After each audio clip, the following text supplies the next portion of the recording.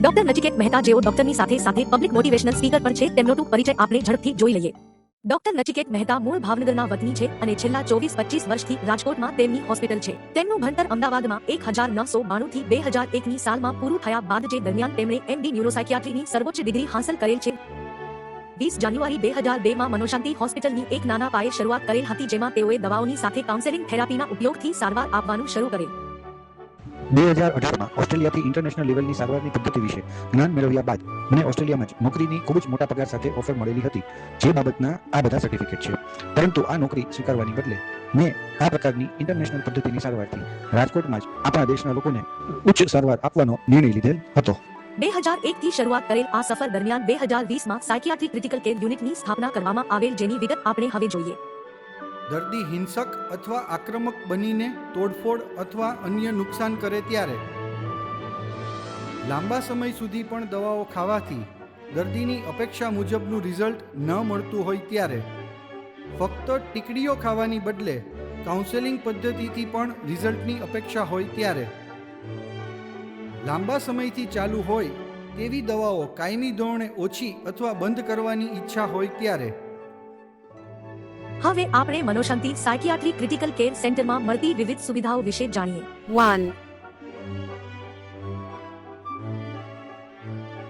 સૌથી પહેલાં આપણે જોઈએ ઇન્ફ્રાસ્ટ્રક્ચર ફેસિલિટીઝ, જે તમે સ્ક્રીન ઉપર વાંચો છો એ પ્રકારની બધી ફેસિલિટીઝ છે. 2.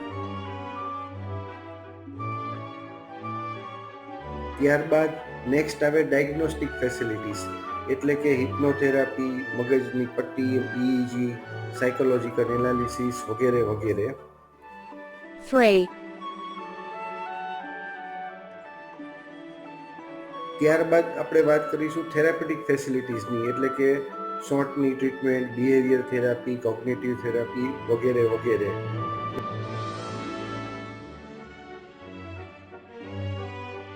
4. અને લાસ્ટ છે હ્યુમનિસ્ટ ફેસિલિટીઝ, એટલે કે doctor, medical officer, nursing staff વગેરે વગેરે.